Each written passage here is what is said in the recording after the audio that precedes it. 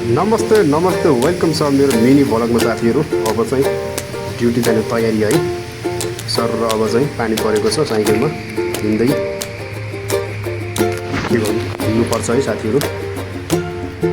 रमाइलो छ जे होस्, उकालो ओह्राली है।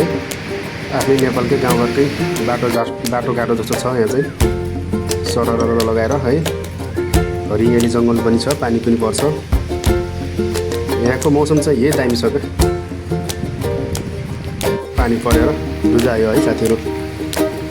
पानी चाहिँ टन्नै पर्छ यहाँ चाहिँ बेला बखत टाइममा।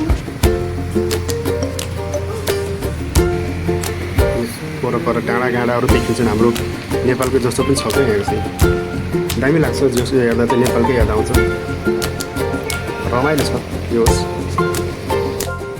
धेरै पानी पर्यो, अब चाहिँ यो पुलको मुनि गएर चाहिँ बस्नुपर्छ एकछिन है।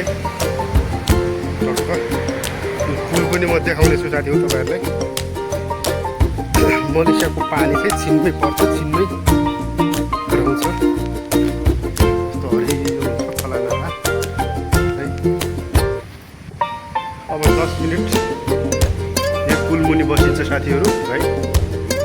ल यहाँ चाहिँ खोलो पनि ठुलो नै आएको रहेछ आज पानी परेर। रमाइलो छ यो मलेसिया।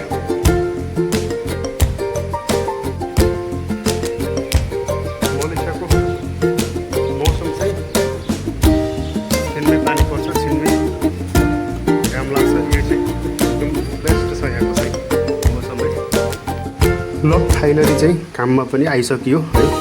ड्युटीभित्र छिरिसक्यो, ड्रेस लगाएर टक्क बसिरहेको छु म अहिले चाहिँ आफ्नो अफिसमा है।